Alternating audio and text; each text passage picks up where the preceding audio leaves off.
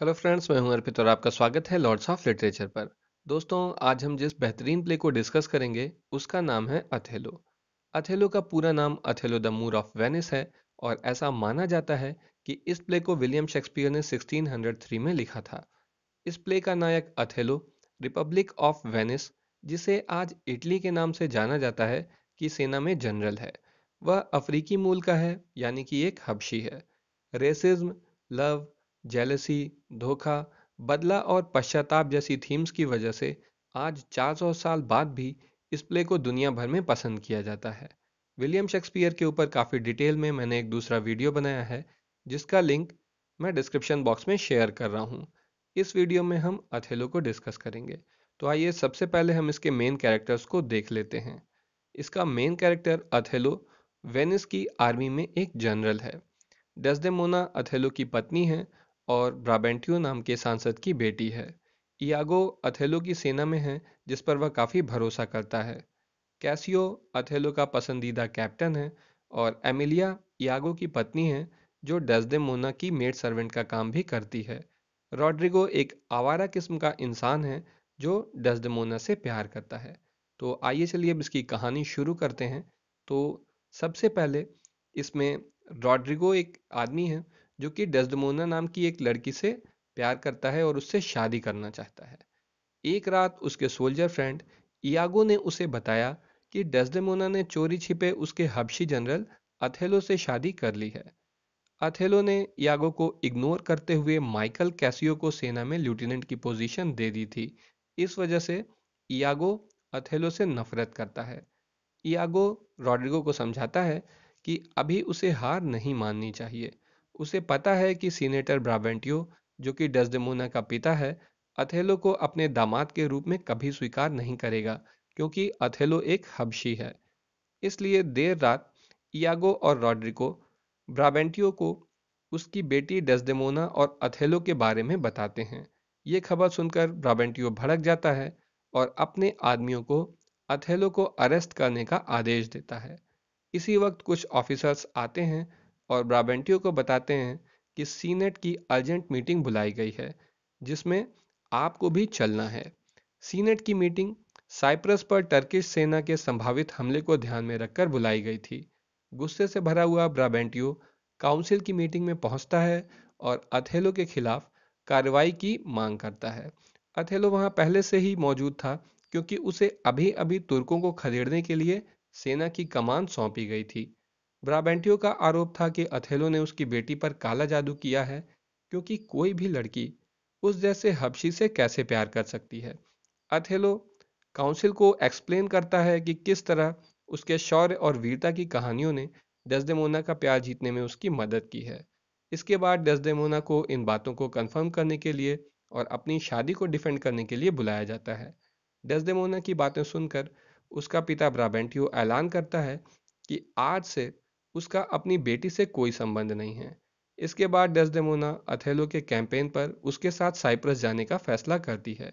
वह यागो की wife Emilia के साथ लेफ्टिनेंट कैसियो की देखरेख में यात्रा की योजना बनाती है। साइप्रस में वहां का गवर्नर और उसके सैनिक कैसियो, इयागो, डेस्डेमोना और एमिलिया का स्वागत करते हैं। जल्दी ही अथेलो भी वहां पहुंचता है और ये खबर देता है कि समुद्री तूफान ने टर्किश फ्लीट को तबाह कर दिया है। इसके बाद जश्न की तैयारी होती है। इसी दौरान रॉड्रिगो एक्सेप्ट करता है कि डेस्डेमोना को इम्प्रेस नहीं कर सकता वो, लेकिन यागो उसे समझाता है कि उसे उम्मीद नहीं छोड़नी चाहिए और अपनी कोशिशें जारी रखनी चाहिए। यागो रॉड्रिगो को कैसियो से लड़ने के लिए उकसाता है, क्योंकि उसके हिसाब से डेस्डेमोना इस वक्त कैसियो से प्यार करने लगी है। रात को जश्न के वक्त यागो कैसियो को बहुत शराब पिला देता है और रॉड्रिगो जानबूझकर उसे गुस्सा दिलाता है। कैसियो रॉड्रिगो पर हमला कर देता है और बीच बचाव के दौरान गवर्नर मॉन्टेनो को चाकू लग जाता है। अथेलो इस सब से बहुत नाराज होता है और वो कैसियो को जिम्मेदार मानते हुए उसे लेफ्टिनेंट की पोजीशन से हटा देता है। अगले दिन इयागो कैसियो को समझाता है कि उसे अपनी लेफ्टिनेंट की पोजीशन वापस पाने के लिए डेस्डेमोना की मदद लेनी चाहिए। जब कैसियो डेस्डेमोना से मदद मांगता है तो वो बड़ी ही मासूमियत से तैयार हो जाती है। इसी दौरान इयागो अथेलो के मन में बड़ी ही चालाकी से ये बात बिठा देता है कि डेस्डेमोना का झुकाव कैसियो की तरफ है। इस तरह अथेलो जेलसी का शिकार बन जाता है। जब अथेलो को यह पता चलता है कि डेस्डेमोना ने उसका दिया हुआ पहला गिफ्ट, जो कि एक रुमाल है जो उसे उसकी माँ ने दी थी, उसे खुआ दिया है, तो वो बहुत ही नाराज होता है। वास्तव में डेस्डेमोना से वो रुमाल खोई नहीं थी, बल्कि इयागो ने अपनी पत्नी एमिलिया से उस रुमाल को लाने के लिए कहा था। इसके बाद इयागो उस रुमाल को ऐसी जगह रख देता है जहां से वो कैसियो को मिल जाती है। जब डेस्डेमोना अपने पति अथेलो से कैसियो के डिमोशन के बारे में एक बार फिर से सोचने को कहती है, तो अथेलो उस पर शक करने लगता है। इयागो ओथेलो के मन में जल रही ईर्ष्या की आग को लगातार भड़काता रहता है। वह अथेलो को कैसियो और उसकी मिस्ट्रेस बियांका की बात छुपकर सुनने के लिए एनकरेज करता है। कैसियो बियांका को उस रुमाल की एक नकल बनाने के लिए देता है, जबकि अथेलो यह समझता है कि उसका दिया हुआ गिफ्ट डेस्डेमोना ने कैसियो को दे दिया था। अथेलो का शक यकीन में बदल जाता है।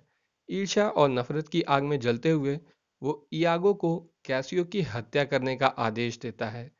इधर डेस्डेमोना अथेलो के व्यवहार में आए बदलाव की वजह समझ नहीं पा रही है। यहाँ तक कि अथेलो वेनिस से आए हुए उसके रिश्तेदारों के सामने उस पर हाथ भी उठाता है। वह इस बारे में एमिलिया से बात करती है कि न जाने किस वजह से उसने अपने पति के भरोसे को खो दिया है। इसी दौरान रॉड्रिगो को इयागो के इरादों पर शक होने लगता है। उसे लगता है कि इयागो वास्तव में वैसा इंसान और दोस्त नहीं है जैसा कि वो दिखाता है, लेकिन इसके बावजूद इयागो उसे कैसियो पर हमला करने के लिए मना लेता है, क्योंकि रॉड्रिगो के लिए डेस्डेमोना का प्यार जीतने का सिर्फ यही एक तरीका है। जब रॉड्रिगो और कैसियो लड़ रहे होते हैं, तो इयागो छुपकर कैसियो पर हमला करके उसे घायल कर देता है। इसके बाद वो खुलकर सामने आता है और रॉड्रिगो के ऊपर कैसियो को घायल करने का आरोप लगाकर उसकी हत्या कर देता है।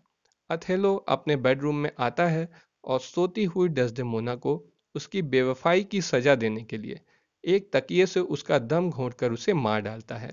एमिलिया यह देखकर शोर मचाती है और इयागो सहित बाकी सभी लोग वहां इकट्ठे हो जाते हैं। अथेलो अपनी पत्नी की हत्या को डिफेंड करने के लिए उसकी बेवफाई के सबूत के रूप में रुमाल के बारे में बताता है।